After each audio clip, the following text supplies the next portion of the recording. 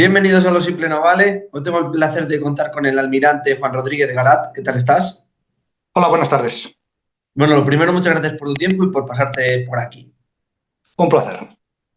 Bueno, voy a repasar diferentes puntos que están en conflicto en el mundo en estos días. Voy a empezar por la guerra de Ucrania. ¿Qué te parece el momento actual donde Estados Unidos ha retirado la inteligencia, que yo creo que es lo más grave de lo que está sucediendo, y además la ayuda militar?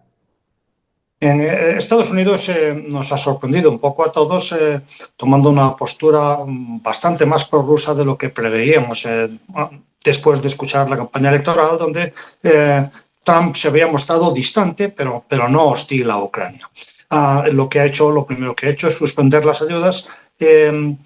Sí que lo esperábamos, hay que reconocer, entre otras cosas, por la dificultad que tuvo el Congreso de los Estados Unidos en aprobar nuevos fondos para Ucrania. Entonces no estaba Trump en el poder, pero sí dirigía el Partido Republicano y podíamos esperar momentos parecidos. Que cortara además las ayudas un poquito antes de que se hubieran entregado todas no supone nada, porque realmente prácticamente todo lo que importaba estaba ya entregado y no había dinero para más. Luego tomó la siguiente medida, que es la de cortar la inteligencia. Una medida que no está perfectamente claro lo que ha hecho. Por inteligencia, los militares entendemos muchísimas cosas. La inteligencia general, las relaciones entre la CIA, por ejemplo, y el SBU ucraniano para llevar a cabo acciones de espionaje en territorio ruso o para prevenir el espionaje ruso o el sabotaje ruso en Ucrania, está claro que se iba a cortar también, no es ningún problema. Preocupa más lo que las llamamos inteligencia militar. La inteligencia militar que suelen llevar las Fuerzas Armadas es más problemático. Y también incluso la inteligencia militar tiene muchos aspectos diferentes. El que permite, por ejemplo, lanzar armas a gran distancia sobre objetivos rusos es muy importante, pero perdía todo el valor una vez que se le habían eliminado esos misiles que tendría que lanzar. Y por lo tanto, no puede, ya no tiene ataques para lanzar, pues nunca tuvo muchos, no es un problema grande. Más importante quizás sería, y no está claro que vaya a ocurrir, que le corten la inteligencia que necesita Ucrania para prevenir los ataques rusos. Que le acorte, por ejemplo, el aviso de que aviones cargados de misiles despegan o que se le han lanzado misiles desde largas distancias desde el territorio ruso. Eso Ucrania lo necesita fundamentalmente para que sus ciudadanos en las ciudades puedan recibir una alarma y dirigirse a los refugios. Me extraña que termine Estados Unidos cortando esa inteligencia porque sería responsable de posibles crímenes de guerra y se volvería en contra de Washington si un día cualquiera de estos, que ha pasado bastantes veces durante la guerra, se produce una masacre de estas de 100 personas que mueren en un edificio civil por no haber recibido el aviso necesario para abandonarlo. Así que, no sabiendo exactamente, hay muchas versiones, no hay una versión oficial, lo que ha cortado Estados Unidos, hay que esperar que al menos esta parte de la inteligencia militar la siga recibiendo Ucrania puntualmente. ¿Crees que con la ayuda europea Ucrania tiene para tirar, para seguir para adelante o crees que es poco? Sí, la ayuda europea actual dejaría huecos por cubrir, eso está claro. En este momento, Ucrania afirma que el 40% de las armas que necesita para combatir a Rusia se producen en Ucrania, sobre todo drones. Hay que reconocer que el dron es el rey de esta guerra y Ucrania ya produce prácticamente tantos drones como Rusia. Del otro 60% recibe el 30% de la Unión Europea y el 30% de Estados Unidos. Cortar un 30% del armamento de un país que está en guerra desde hace 3 años, cansado de la guerra, es importante, pero no es irremediable. Europa lo puede sustituir por la vía de, aunque incluso alguno de estos materiales no los produzcamos, no tengamos suficientes en Europa, por la vía de la compra. En los primeros meses la ayuda europea militar se reducía y estaba así escrito, a material comprado en Europa, pero ya hace tiempo que Europa ha aceptado comprar en Estados Unidos lo que Estados Unidos no quiere darle a Ucrania y Trump ha asegurado que lo va a vender, que darlo no, pero venderlo sí que lo haría. Por lo tanto, ese problema es menor. Lo que sí es inevitable es que la cuantía económica, que ha sido muy parecida, que da, no solo son armas, es es pagar las facturas del Estado cuando sus contribuyentes están en guerra, es importante que ese dinero lo siga recibiendo Ucrania y prácticamente la mitad venía de Estados Unidos. Por lo tanto, si Europa quiere mantener a Ucrania en una situación en la que pueda defenderse, necesita subir ese dinero al doble. Kubilius, el comisario de Defensa, dijo en su día que requerirá prácticamente un 0,1% del PIB adicional, que es bastante dinero, pero mucho menos de lo que costaría el rearme necesario para defendernos de Rusia si es que Rusia consiguiera derrotar a Ucrania. Así que a los europeos nos traía cuenta. Claro, ¿cómo estás viendo el papel del ejército ruso en estos 3 años hasta la actualidad? Bueno, yo tengo que decir que es el papel que esperaba. Conozco al ejército ruso, conozco sobre todo de primera mano a la Marina rusa. Tuve ocasión de colaborar con ellos en algunos escenarios, de visitar sus barcos. En el año 2008, que fue un año en que tuvimos excelentes relaciones. Yo estuve al mando de la primera fuerza de la OTAN que entró en una base naval rusa, la base de Baltijsk, en Kaliningrado, base de la fuerza de la flota del Báltico, y tuve la oportunidad de hablar con ellos, de ver los vídeos de sus operaciones, de preguntarles cómo se adiestraban y de visitar alguno de sus barcos. Y la verdad es que lo que yo vi es lo que cabría esperar de un país que invertía en aquellos tiempos ya muy poco en defensa. Llevaba muchos años de vacas flacas su defensa desde que cayó la Unión Soviética. Entre otras muchas razones, una de las más importantes fue el exceso de gasto militar provocado por el programa de Reagan de la Guerra de las Galaxias. Desde que cayó la Unión Soviética, el presupuesto de defensa ruso, de la Federación Rusa, se había reducido a una décima parte, y esas cosas se notan, porque además el recorte vino justo en el peor momento posible, cuando se producía la revolución en los asuntos militares que llevó la informática, los sistemas de armas, el combate en red, los misiles guiados. En esa época Rusia estuvo muy parada, no tuvo dinero para invertir en defensa ni tampoco para invertir en tecnología. O sea, la tecnología rusa no deslumbra a nadie, no son capaces de hacer sus propios aviones comerciales. ¿Cómo vamos a creer que pueden hacer aviones de combate de sexta generación? ¿No? Así que tengo que reconocer que no lo hizo peor de lo que yo esperaba. En los primeros días de las primeras entrevistas, en los primeros días de la guerra, ya dije que Rusia no iba a poder ganar esta guerra. Tampoco Ucrania, eso es verdad. Ninguno de los dos tiene bazas suficientes para conseguir una victoria decisiva, y por eso que la guerra se nos iba a hacer muy larga y todavía se nos hará mucho más larga. Claro, ¿qué crees que puede suceder con Ucrania? ¿Cómo crees que se pueden desenvolver los próximos meses? El frente parece muy estable. Sí, el frente es estable.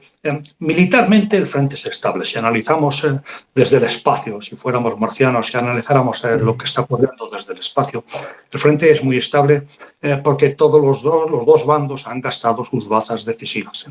La baza decisiva, las bazas decisivas rusas, Ucrania nunca pudo ganar esta guerra militarmente, tendría que haberlo hecho de otra manera, pero las bazas decisivas rusas pues prácticamente han desaparecido, ya no le quedan unidades de blindados que merezca la pena mencionar. Su marina ha sido expulsada prácticamente de casi todo el Mar Negro, y sobre todo su aviación, que es la mayor decepción, quizás porque si no eran grandes sistemas de armas, eran buenos aviones, y realmente prácticamente no han volado sobre los cielos de Ucrania.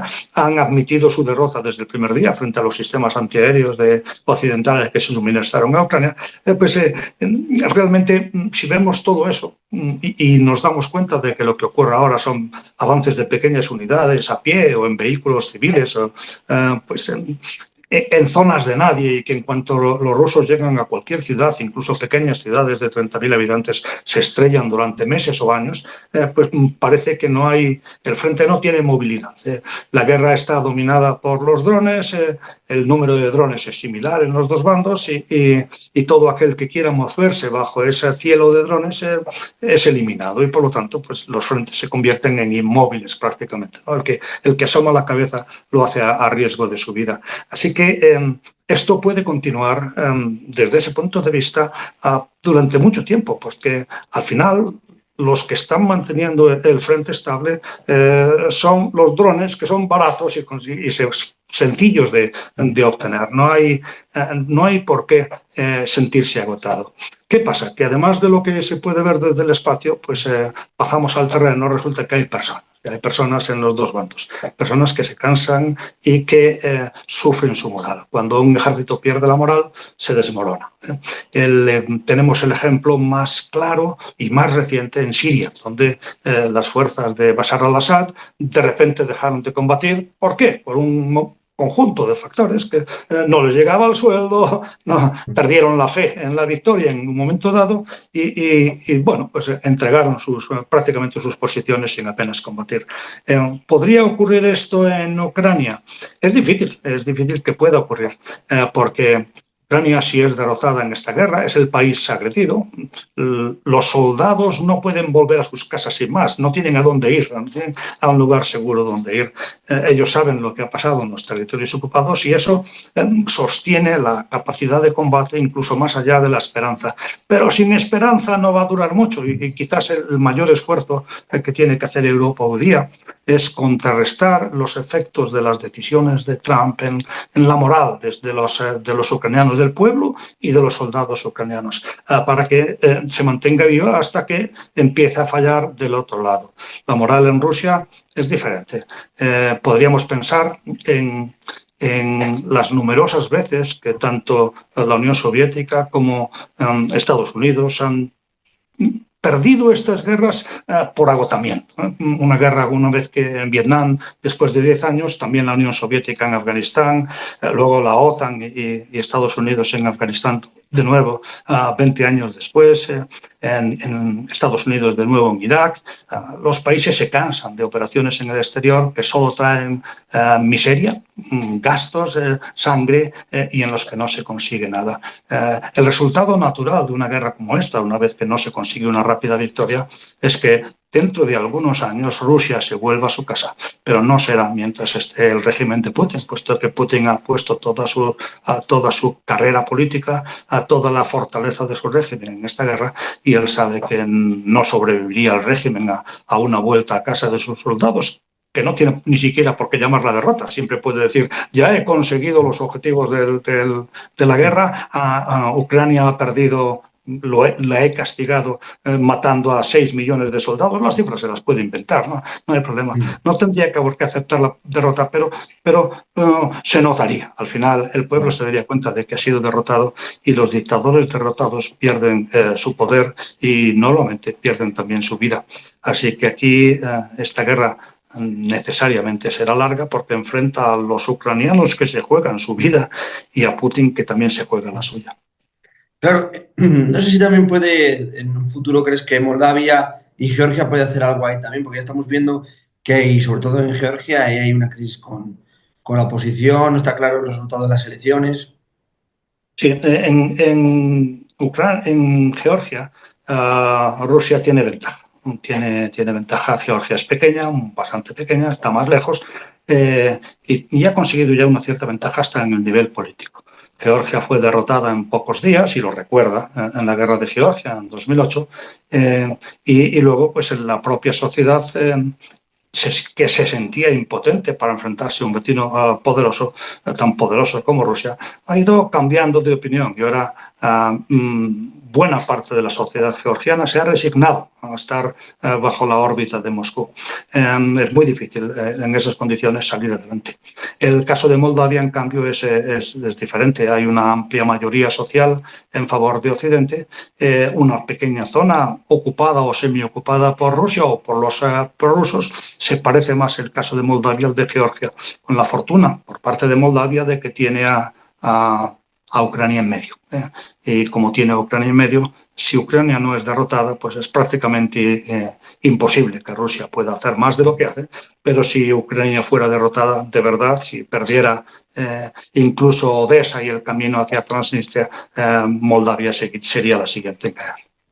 Yéndonos a la Unión Europea, están anunciando una fuerte inversión en defensa, pero como te escuché en alguna declaración, eso no se va a traducir, esos anuncios, en que a corto plazo los ejércitos sean mucho mejores y haya muchas más armamento de defensa. Claro, una cosa es anunciar, otra cosa es cómo se va a proceder a llevar a cabo. Sí, asumiendo que es verdad que los países vayan a aumentar sus presupuestos hasta las cifras de que se está hablando, bastante más allá del 2%, evidentemente eso no va a ocurrir mañana, porque si uno quiere comprar nuevos sistemas de armas, no los encuentra en el mercado, y en general los que Europa necesita no son los que están en el mercado.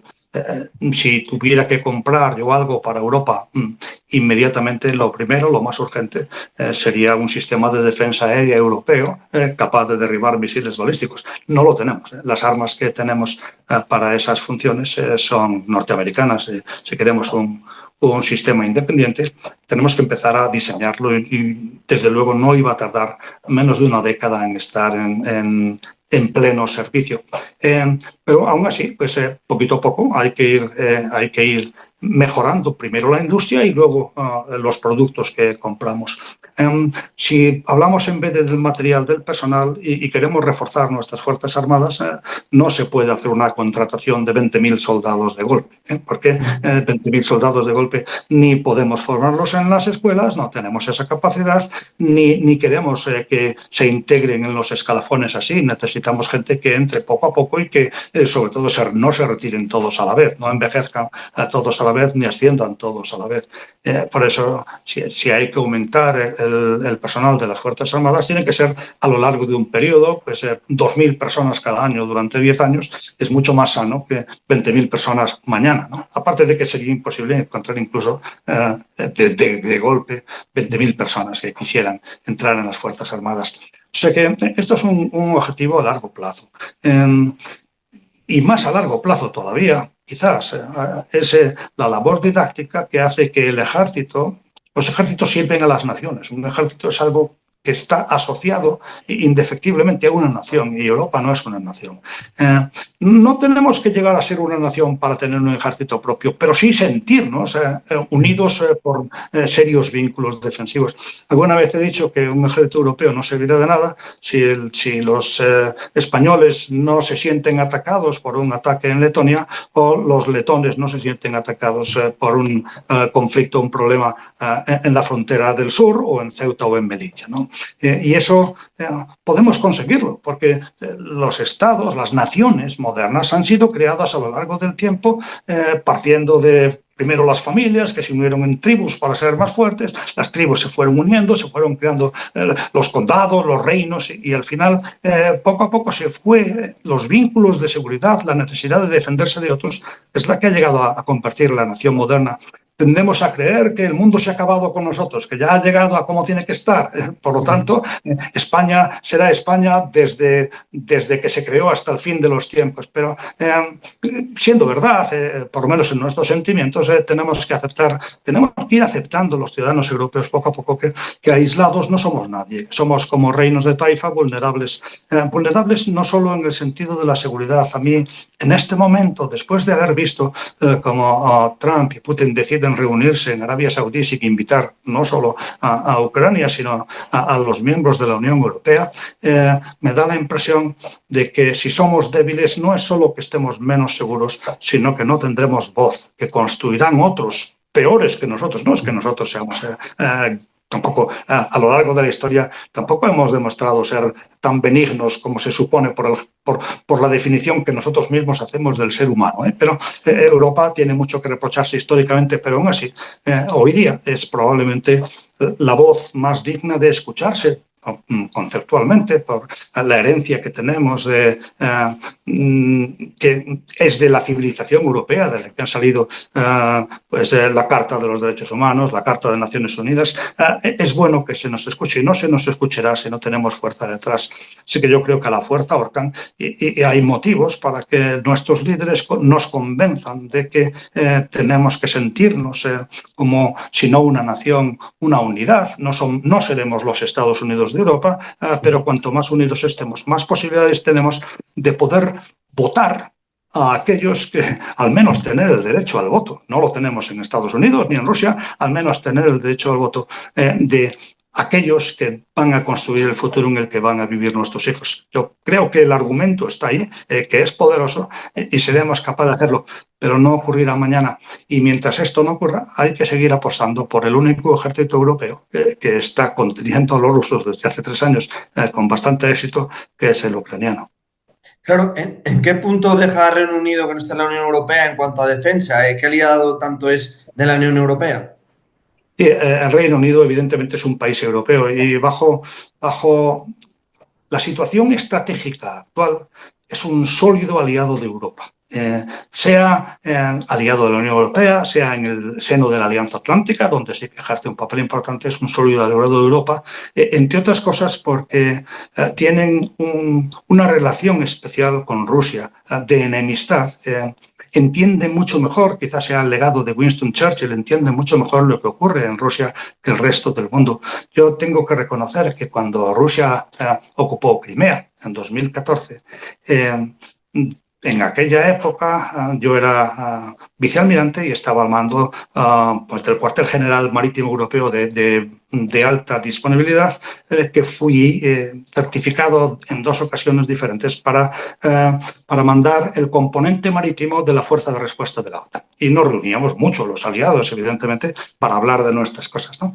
Y en aquella época, ya no solo en las reuniones, sino en los bares, los británicos, todos a una, decían, esto es solo el principio, va a seguir más. Los demás le mirábamos con escepticismo. Crimea, bueno, tiene sus razones históricas, políticas, era una oportunidad, pero bueno, ya, el momento ha pasado. No, los británicos insistían, no, esto va a seguir adelante y ahora en este momento tengo que descubrirme, tenían razón.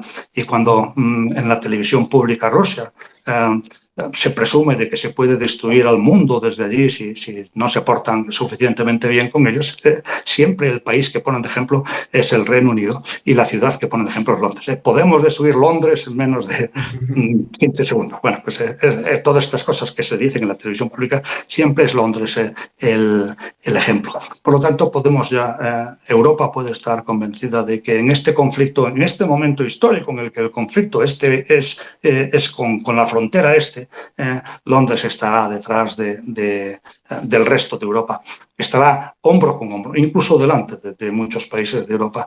Otra cosa sería, nunca se sabe lo que puede pasar en un conflicto en otra dirección, si llega a existir en el flanco sur, con algún proxy de Irán que pueda aparecer en África del Norte, o si fuera, no digamos nada, hacia el oeste. No sería un conflicto armado, pero un conflicto político con una América, no ahora, pero más adelante pudiera llegar a ser más aislacionista, o con China. Aquí ya habría matices que discutir, ¿no? Pero en este momento el Reino Unido es un fiel aliado de Europa.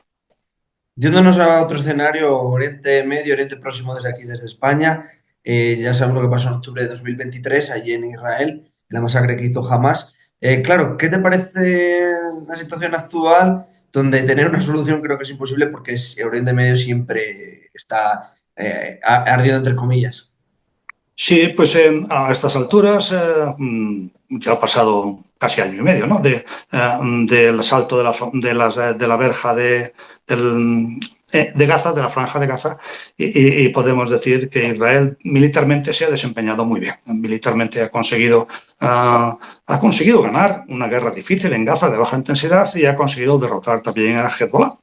Todos recordamos algunos episodios de esta historia. Ha conseguido también disuadir a Irán de continuar una escalada que ponía en peligro a toda la región. Dicho esto, la victoria militar en una guerra como esta no garantiza nada. Israel no ha conseguido ninguno de los objetivos iniciales de la guerra, que eran básicamente dos: destruir Hamas y recuperar los rehenes.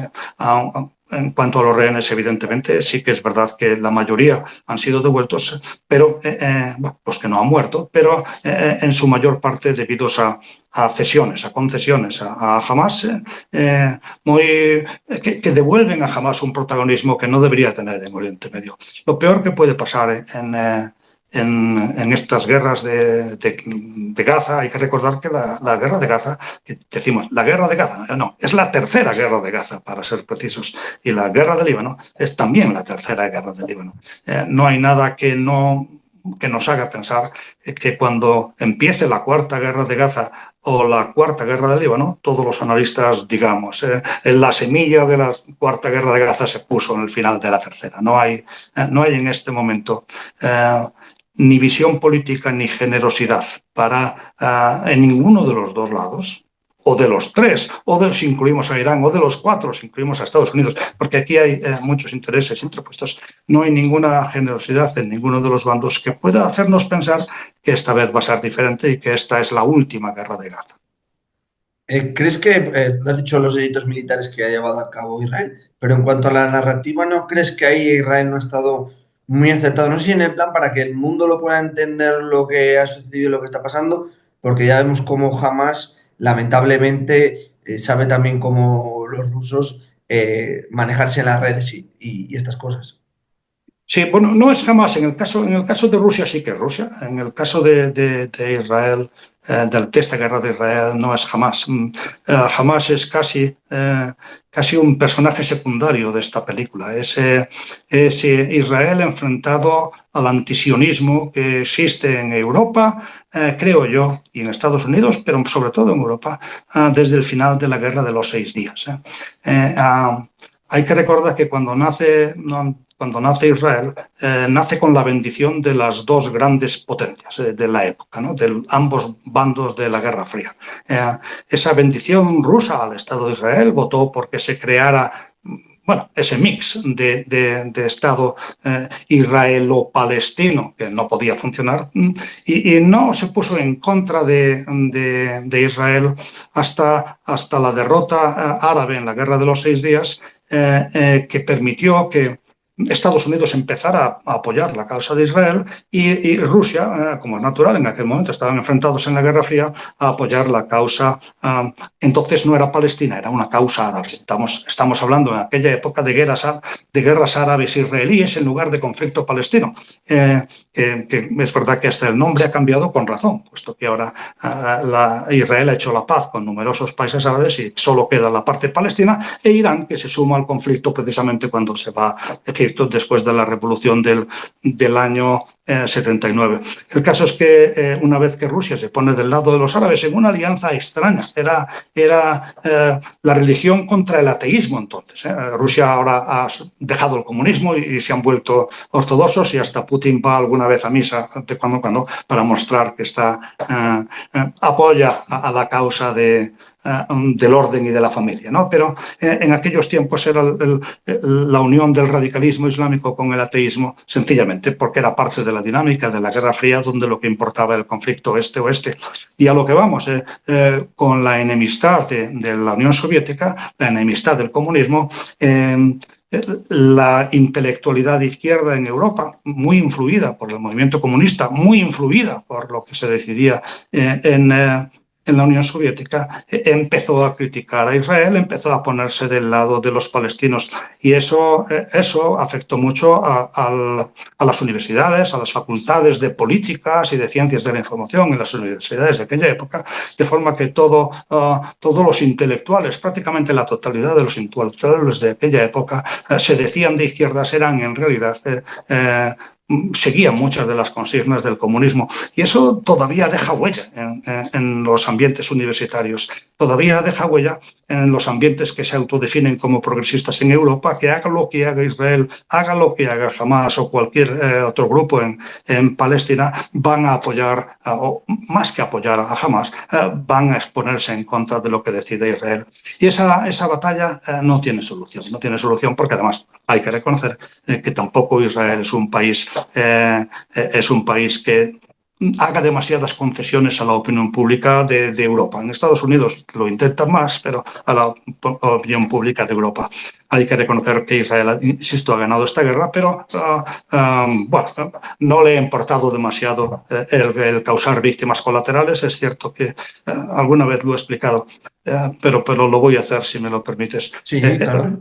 Los Hamas es al mismo tiempo un grupo terrorista y un partido político que gobernaba en la franja, ¿no? Es ambas cosas a la vez.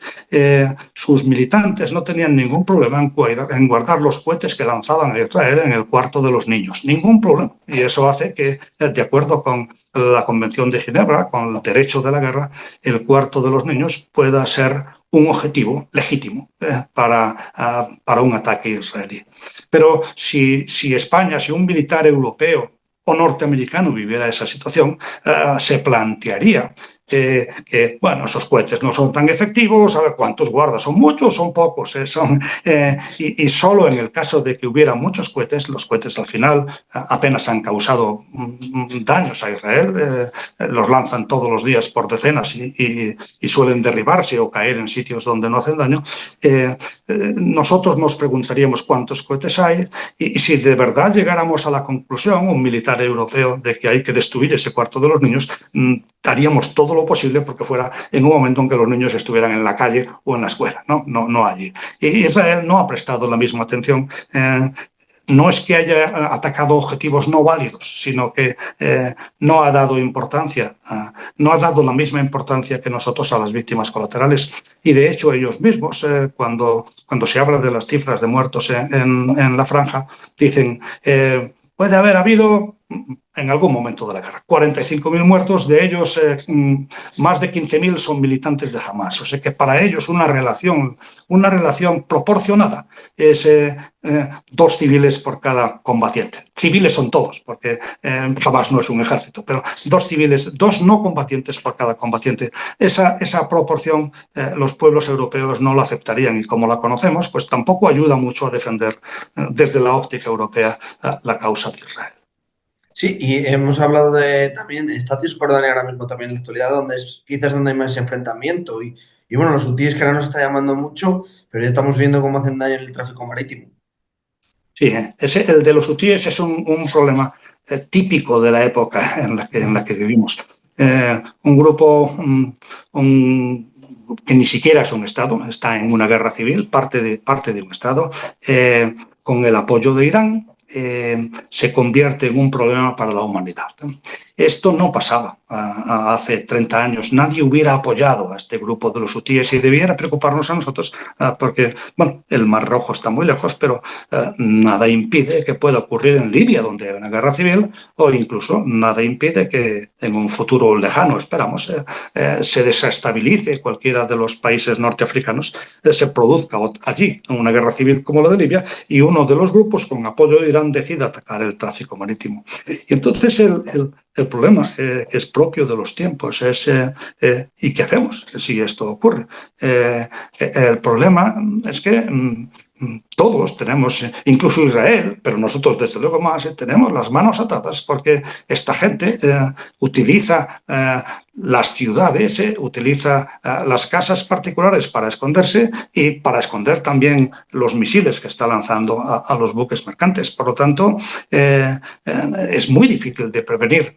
Estados Unidos, el Reino Unido, Francia, Italia han mandado sus barcos al Mar Rojo y en una actitud que tiene que ser casi puramente defensiva, puesto que no queremos causar una masacre de civiles en las ciudades del Yemen, se han esforzado por defender el tráfico mercante con el éxito que cabe esperar. Es verdad que la mayor parte de los misiles y los drones han sido derribados, pero no todos, y que de cuando en cuando un barco mercante o unos marinos mercantes han perdido la vida por el ataque de los hutíes, con lo cual las compañías navieras prefieren utilizar el Cabo de Buena Esperanza como ruta alternativa antes de poner en riesgo a su gente y a sus bienes, ¿no? Y eso, el daño que se hace a la humanidad, por así decirlo, a la comunidad internacional, es desproporcionado, pero no hay una solución. El propio presidente Trump puede decir que pone a sus 11 portaaviones en línea ahí delante del Yemen y los líderes hutíes dirán, pues a mí qué, ¿me vas a matar? Puede, pero no es fácil y te vas a llevar conmigo a decenas de miles de civiles, algo que sé que no vas a hacer. Por lo tanto, vivimos en este momento una crisis de lo que se puede y lo que no se puede hacer con la fuerza militar, de la que tendremos que salir con habilidad y paciencia, pero desde luego no será de un día para otro. Ya digo que los hutíes nos tocan muy lejos, ahora están más o menos parados por la tregua que hay en Gaza, no del todo parados, pero bueno, contenidos por la tregua que hay en Gaza, pero en el momento en que vuelva a saltar la chispa allí, volverán a destruir buques mercantes o a intentar hacerlo, y les importará muy poco las amenazas del presidente Trump. Siria, situación también muy delicada. No sé hacia dónde va el rumbo, donde también hay grandes potencias como Turquía, Israel también, nosotros de Golán está haciendo movimientos, los que son aliados de Al-Assad. Claro, una situación se está viendo ahí. Sí, sí, evidentemente hay una situación extremadamente difícil. Siria es un conglomerado, Siria es un polvorín desde dentro. Es un polvorín desde dentro por la polémica que existe entre las distintas comunidades religiosas o étnicas. El problema de los kurdos es quizás el más grave y más difícil de solucionar de los muchos que tiene. Los kurdos, apoyados por Estados Unidos, no se han integrado todavía en el nuevo gobierno. Luego tienen las resistencias internas de los alawites que por así decirlo, eran partidarios del régimen caído. Y si ese polvorín interno fuera poco, pues también desde fuera pues se aviva en la medida de lo que se puede. Lo aviva Irán, porque no quiere perder del todo su influencia en la región. Lo aviva Israel, que se ha apoderado de zonas limítrofes, aprovechando que el río está revuelto, ganancia de pescadores. Lo aviva Turquía, que quiere deshacerse de los kurdos que están en Siria, y lo aviva Rusia, que le gustaría no terminar de perder las importantes bases que tenía, una naval en Tartus y otra aérea. Lo aviva Rusia, que trata de mantener ese pie en el norte de África, que era imprescindible para ejercer la influencia sobre el Sahel, donde tiene fuerzas mercenarias, pero realmente dependientes del gobierno, tratando de apoyar a las dictaduras militares del Sahel, de sustituir ahí completamente a la influencia europea, con ventaja estratégica para la Rusia de Putin. Claro, en esas condiciones no hay sociedad que resista. Es muy difícil tener esperanzas, porque los momentos de júbilo que han seguido a la caída del régimen de Bashar al-Assad ya no cuentan tanto. Ahora hay combates en las proximidades del Mediterráneo, en la zona de Tartus y Latakia, y hay combates también en el noreste de Siria con las milicias de las fuerzas de la Siria Democrática pro-kurdas, más la intervención israelí, que está ocupando una parte mayor incluso de la zona que la ONU proclamó desmilitarizada, y luego está el ISIS, el factor común, que se pelea con todos y todos se pelean con él. Evidentemente es una pena que eso ocurra, y no tiene una solución a corto plazo, porque si a los españoles, porque llevamos muchos años como nación, nos cuesta unirnos y no pelearnos todos los días, e incluso en el nivel político lo hacemos, a veces nos tiramos los trastos a la cabeza, pues Siria, que es un estado artificial y creado después de la Segunda Guerra Mundial en sus actuales fronteras, pues tiene muchos más problemas para identificarse como una nación, para que cada uno no quiera ponerse la manta a la cabeza y bueno, tomar el poder por su cuenta sin tener en cuenta lo que digan los demás. No cabe esperar un final pacífico para Siria hasta que los sirios no se vuelvan pacíficos y se sobrevalora la influencia exterior. Nosotros en general, desde Occidente, si uno lee la prensa, dice, bueno, es que los turcos están apoyando a sus milicias, que a su vez apoyan, aunque moderadamente, al nuevo Estado sirio. Bueno, más que apoyaron los rusos a Bashar al-Assad, eso no va a pasar y no fue suficiente. Al final es muy difícil. Es muy difícil dominar a los pueblos, sean pueblos que comulguen con nuestros ideales o con otros.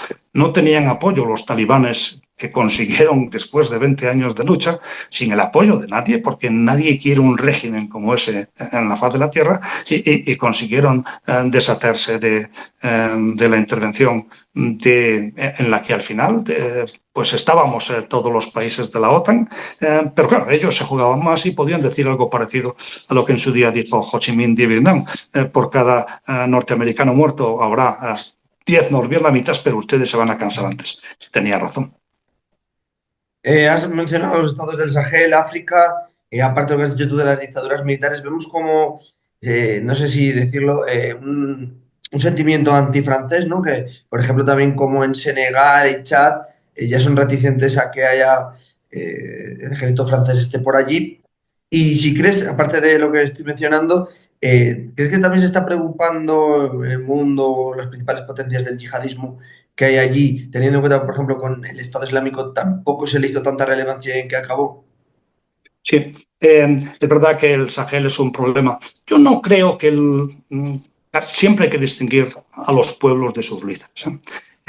No creo que los pueblos norteafricanos tengan esa manía a Francia. Fue la potencia colonial, evidentemente les hizo algo de daño, pero en este momento Francia suponía un apoyo relativamente benigno a la causa de su gobierno.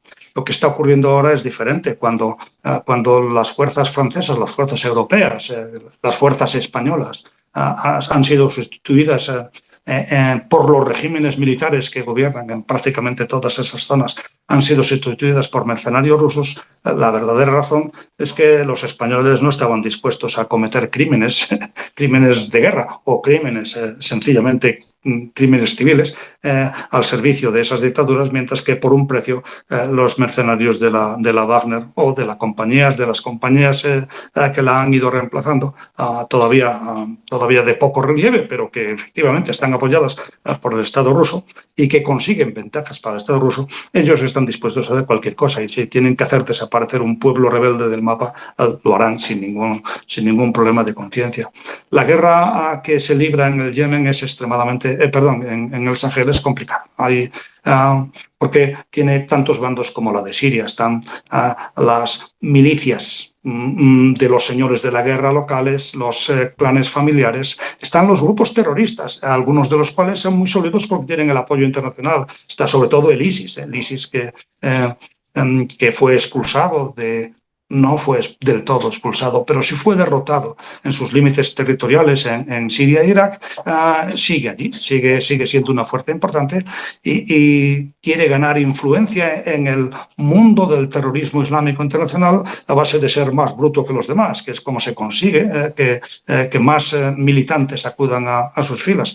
Y ese ISIS es un enemigo muy duro también para estas dictaduras norteafricanas, que les hace estar con la guardia cambiada. Cualquiera que gane esa guerra es malo para Europa, porque no sigue, desde luego, nuestros principios. Y estamos hablando, sobre todo cuando hablamos del Sahel, estamos hablando de una zona vecina a nuestros vecinos en el norte de África. Si en el Sahel lo que ocurre en el Sahel se refleja también en Marruecos, en Argelia. Si allí hay desorden, más migración que habrá hacia el norte. Si ahí triunfa el terrorismo, más terrorismo que migrará hacia el norte. Si la situación en el Sahel se vuelve desastrosa, le puede ocurrir lo mismo pues, a regímenes que hoy día vemos sólidos y alejados de la tentación islamista, como puede ser el marroquí, le podría llegar a ocurrir en un tiempo dado esto mismo. O sea que lo que está ocurriendo allí es preocupante, pero Europa, Estados Unidos están desarmados porque en una lucha entre la civilización y la barbarie, en el terreno de la barbarie no podemos ganar. Y ese terreno de la barbarie es lo que encontramos hoy día en cualquier lugar de las repúblicas del Sahel que no sea la capital. En la capital todavía se conserva la fuerza militar, las dictaduras, y en la capital y en sus alrededores. Pero en cuanto uno se aleja de la capital, lo que vive allí, a mí, desde fuera, me recuerda a lo que vemos en las películas de posapocalípticas, después de un desastre que aniquila casi toda la humanidad. Vemos espacios vacíos, pobres, donde no hay alimento y donde luchan clanes de diversos tipos. La ley del más fuerte es la única que impera y realmente pues, eso impide que aquello, que se solucionen los problemas económicos y al hambre le sucede más hambre, a la guerra le sucede más guerra. Eso la verdad que es un lugar para que estemos preocupados y lo estaríamos más si no fuera porque lo de Ucrania nos toca más cerca y nos toca más a la fibra, las injusticias, sobre todo estos días, las injusticias que están haciendo con el valiente pueblo ucraniano nos duelen a casi todos y hace que volvamos nuestra vista al este. Pero hay muchos lugares donde tendríamos que mirar para estar preocupados. Sí, las dos últimas preguntas que te lanzo. África, la República, por ejemplo, Democrática del Congo, ahí sí que hay un problema grave en la actualidad. Y con Ruanda también. Pues sí, efectivamente, hay enfrentamientos y ahí es donde cabe desmentir. Lo que va a pasar ahí es muy difícil de predecir, pero es donde cabe desmentir las consignas que llegan desde parte de la sociedad de que al final las guerras todas las causa el complejo militar industrial de Estados Unidos. Ya pasó con el genocidio de Ruanda, con machetes, con nada, con palos y maderas, uno puede llegar a enfrentarse a sus aliados, a sus vecinos, perdón, y convertir a un pueblo relativamente civilizado en bestias salvajes. Lo que ocurre ahora en el Congo, en Ruanda, no ha llegado hasta esos extremos, pero realmente demuestra que el conflicto, la semilla del conflicto está en los seres humanos y que no necesita que se atice desde el exterior. Casi siempre estos conflictos empiezan por un aprendiz de brujo, agresivo y descerebrado que provoca el odio y luego no lo puede controlar hasta que se monta pues, una parecida al genocidio de Ruanda. Luego, lo que sí sirve esto es para ver una vez más la impotencia que tenemos para arreglar estos problemas. También en África, después de la caída de la Guerra Fría, en el año 92, los militares, como yo era entonces un militar relativamente joven, bastante más joven que ahora, vimos con ilusión la operación Restore Hope en Somalia, para llevar alimentos al el pueblo somalí que se moría de hambre, ¿no? Aquello empezó con muy buena intención y terminó como el Rosario de la Aurora y el mejor testimonio lo tenemos en la película de Black Hawk Derribado, que representa bastante esa realidad, ¿no? Se trata de llevar ahí alimentos y al final los clanes, los poderes locales se enfrentan a los que les están llevando alimentos porque quieren quedarse esos alimentos para sus propias, por su propia dinámica, para su propia lucha por el poder, ¿no? Se generaliza eso y al final se marcha a Estados Unidos de las calles de Mogadiscio porque en una noche aciaga perdió 18 soldados, pero peor todavía que esos 18 soldados perdidos fueron los 900 somalíes que tuvo que matar sencillamente porque les quería entregar comida. Y esa realidad es la que hace que el mundo se muestre cada vez más distante de lo que está ocurriendo en estos países africanos donde esas matanzas con machetes también son extremadamente difíciles de evitar, puesto que no es manera para evitar una matanza tener que cometer dos. Y es lo que habría que hacer si quisiéramos parar aquella guerra. Y la última pregunta que te lanzo de China y Taiwán. ¿Crees que puede suceder algo ahí o está todo muy relajado? Taiwán, dices, China y Taiwán. Sí, no te había entendido bien la pregunta. No, relajado en absoluto, pero sí que es verdad que es una dinámica muy diferente. China y Taiwán son reconocidos por el mundo como una sola nación y por lo tanto el mundo está dispuesto a aceptar la reunificación. Estados Unidos ha puesto una condición desde hace ya muchos años, es una política de todos los presidentes y hasta ahora el presidente Trump no la ha enmendado, de que aceptan la reunificación de China con Taiwán siempre que no se utilice la fuerza, siempre que sea acordada por ambas partes, ¿no? Y la situación en la propia isla, que es donde tiene que decidirse, en este momento no hay voluntad de integración. Yo creo que el optimismo que se produjo después del régimen de un país, dos sistemas, en Hong Kong que ha fracasado, porque los habitantes de Hong Kong no están contentos con cómo se ha llevado a cabo esa unificación, a pesar de que era prometedora, pues también hace que los taiwaneses no estén muy convencidos de que cualquier promesa que les haga el gobierno chino de respetar su forma de vida se vaya a mantener si de verdad optan por la integración. Eso hace que el statu quo pues, quede estable. Esa estabilidad se ve alterada por las presiones que de cara al interior hace Xi Jinping, que sobre todo desde el último congreso del Partido Comunista aseguró que recuperaría la isla por las buenas o por las malas, declaraciones parecidas a las que ha hecho recientemente Donald Trump sobre Groenlandia. Ni unas ni otras hay que tomarlas en serio. Ni Trump va a ir a la guerra por Groenlandia, eso estoy seguro. Solo faltaría. Ni China va a ir a la guerra con Taiwán, entre otras cosas, porque si fuera, ellos lo saben, perderían. Si Rusia ha tenido enormes dificultades para invadir Ucrania, que es su vecino y está al lado, China, que tiene una marina de guerra naciente, pero todavía por desarrollar, no sería capaz ni siquiera de llevar la guerra más allá del estrecho de Taiwán, que es puede ser hasta incluso 180 millas, 180 kilómetros de ancho. Hay que recordar que la quinta parte de esa distancia mantuvo a Gran Bretaña a salvo de las fuerzas de Hitler, porque un ataque anfibio es extremadamente difícil. Y mucho más en el mundo actual, donde esos buques anfibios que tendrían que circular por el estrecho de Taiwán lo harían bajo la amenaza de minas, submarinos, misiles desde tierra, aviones. China puede destruir Taiwán, estoy convencido de eso, pero tomarlo es otra cosa. Poner un pie allí es otra cosa. Y ellos lo saben. Saben que no tendrán una marina capaz de hacer ese trabajo hasta probablemente dentro de 20 años. Por lo tanto, el paso va lento.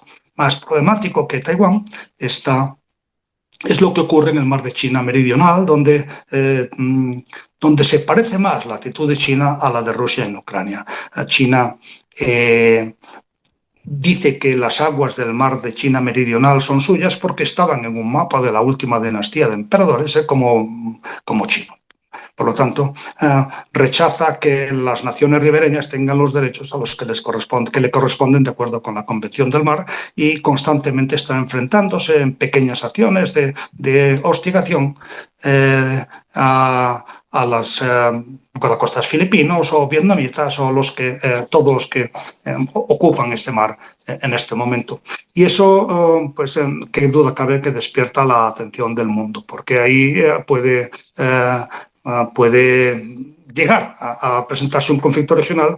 El más problemático sería con Filipinas, que todavía mantiene desde la Segunda Guerra Mundial un acuerdo de defensa con Estados Unidos. Pues ahí hay una semilla que puede llegar a un conflicto. Pero la verdad es que Estados Unidos, de hecho, mantiene la presencia en la zona, insiste en sus derechos de navegación por el estrecho de Taiwán y por el mar de China Meridional, pero todo queda en lo que China quiere hacer.